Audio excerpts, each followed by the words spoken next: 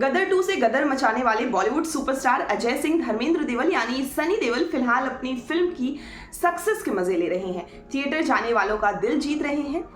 लेकिन पंजाब के गुरदासपुर से लोकसभा सांसद के तौर पर उनका प्रदर्शन क्या उतना ही हिट है जितनी उनकी गदर 2 की कमाई? क्या है उनका संसद में अटेंडेंस? इन सभी मुद्दों पर आज बातचीत करेंगे। नमस्कार, मैं हूं मैत्रेयी और आज बात पुअर अटेंडेंस वाले बीजेपी सांसद सनी देवल की। सनी देवल 2019 में उस क्षेत्र से चुने गए थे जिसका प्रतिनिधित्व पहले बॉलीवुड के दिग्गज एक्टर विनोद खन्ना करते थे। उनकी हिस्ट्री भी कुछ खास नहीं थी। उन्होंने एमपी लैंड फंड का बड़ा हिस्सा डेवलपमेंट प्रोजेक्ट में खर्च नहीं किया। सनी देवल की बात करें तो वो ज्यादातर संसद की कार्यवाही से दूर रहे हैं और 17वीं लोकसभा के 12 सत्रों में उन्होंने केवल एक सवाल पूछा है। हाल के ही मॉनसून सेशन की बात करें तो उन्होंने गदर 2 को प्रमोट करने का ऑप्शन चुना और वो अविश्वास प्रस्ताव के दौरान भी नहीं आए।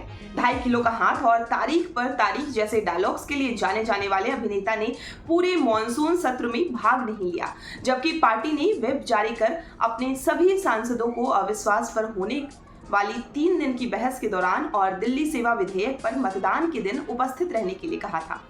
पीआरएस लेजिस्लेटिव रिसर्च डेटा के अनुसार देवल ने नेशनल एवरेज 42.7 और स्टेट एवरेज 35.1 के मुकाबले अब तक लोकसभा में एक भी बहस में हिस्सा नहीं लिया है।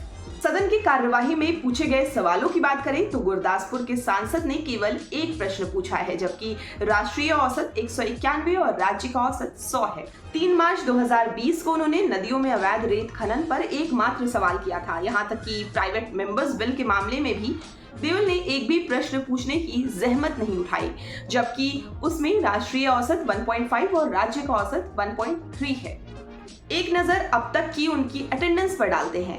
2023 के मॉनसून सत्र में 0%, बजट सत्र में 8%, 2022 के बजट सत्र में 11%, मॉनसून सत्र में 0% और शीतकालीन सत्र में 0%।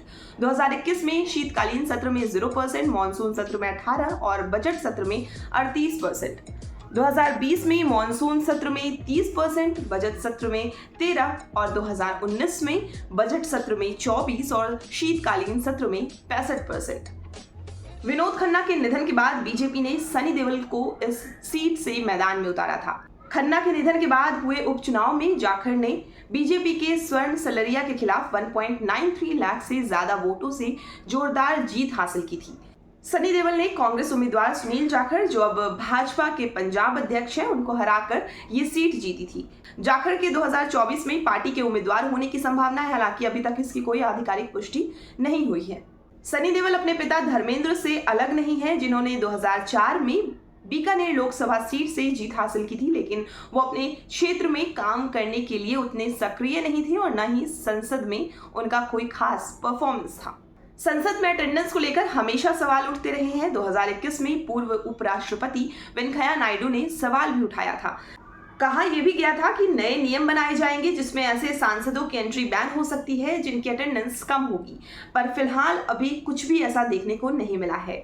आपकी सांसदों की अटेंडेंस को लेकर क्या राय है, हमें कमेंट करके जरूर बताएं। बहुत शुक्रिया।